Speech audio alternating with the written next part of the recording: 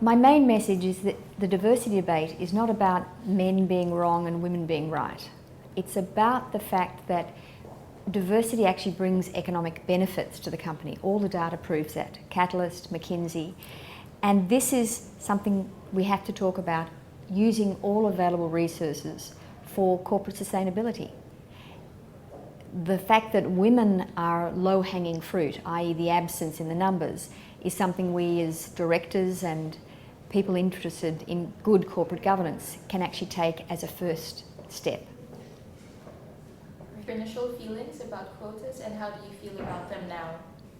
Initially, I was against quotas, like many other women. 4 or 5 years ago, my views changed. I'm now an advocate of quotas. The reason being the glacial rate of change.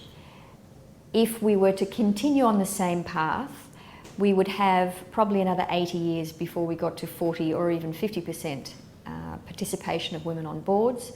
The fact of the matter is, I don't have that long to wait. This is an issue where really economic drivers are pushing it. Now, the next question that comes in with quotas, do we feel that the present incumbents have done such a good job? Let's look at the GFC. Wasn't sparked by natural disasters, it was man-made disaster of economic proportions. We know that diversity actually brings better corporate governance, more informed risk-taking. It's not about men being bad, it's about getting the best from the talented pool we have. That's why I advocate quotas, in order to force companies to actually look outside their networks and to work outside their unconscious bias that's existing today. Well, could you comment on opinions such as those expressed in the July 2011 Economist article that quotas are a bad thing and result in underqualified women being brought into the boardroom? It's a very interesting, uninformed and laughable opinion for two aspects, because it presupposes that there aren't enough qualified women around. Now, we know from women going through tertiary education, their experiences, that just isn't the case anymore. Secondly, boards have a duty to protect shareholder value. If a board is appointing an underqualified woman, it actually means that they're not protecting shareholder value. So I'd question why that board should even be controlling the company's assets. There are enough qualified, experienced women to avoid the danger or risk that some have said that quotas will impose underqualified women. It's just not the case. The women are out there. The networks just have to be widened and the unconscious bias just has to be removed in order to see these qualified women. What factors are driving Australia's progress? The factors driving Australia's progress on this issue, slow as it may be, but consistent. Economic reality. The data proves that diversity on boards produces better results. 17% return on equity in boards that have 3 or more senior women on board or senior management direct reports to the board. That's been available through Catalyst and McKinsey for many years. Secondly, naming and acclaiming. That's something that the recent Hong Kong report, Standard Chartered, has actually done very well. It actually identifies those leaders. This has also been done in Singapore through Board Agenda, through their 100 Champions program.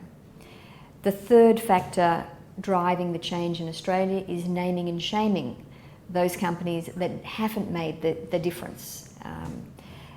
That's through, for example, the recent Women on Boards traffic light system. Those companies in the red zone where they have very low participation on the issue, the amber, and then the green zone.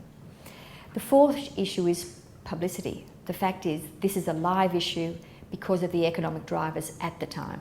Do you think there will be a need for quotas? Do you think it should be pushed, or do you think that the current path that you're taking is sufficient?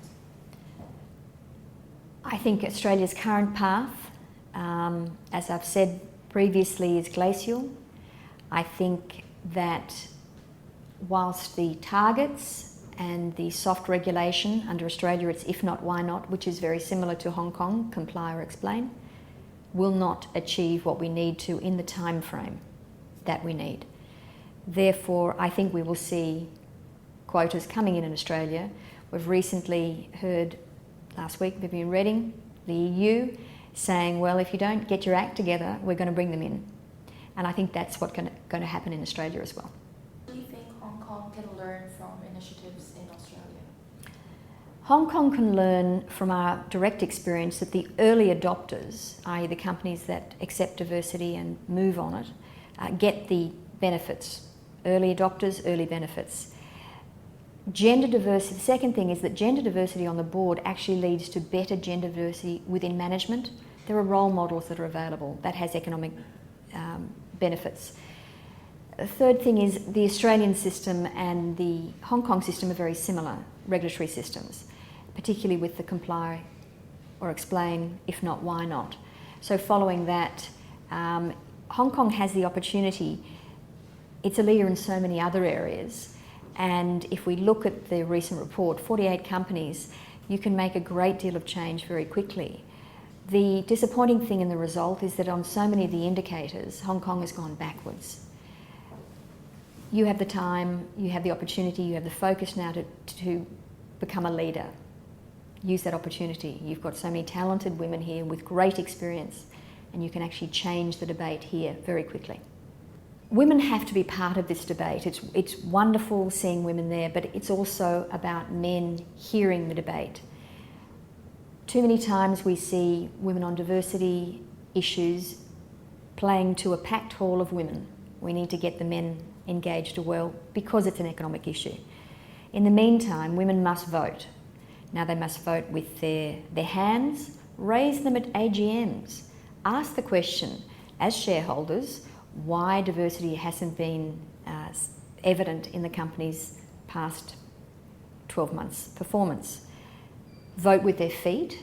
What they should be doing is leaving jobs where diversity isn't grabbed, valued and worked on, because that probably indicates that the company is not looking at the other economic drivers in its marketplace.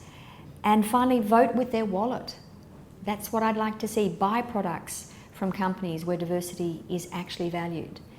The very sad thing about the recent Facebook IPO, notwithstanding that over 56% of women use Facebook, there isn't one woman on the board. In terms of the IPO, they actually got a very good age spread and experience spread, but they lost a huge opportunity to engage women.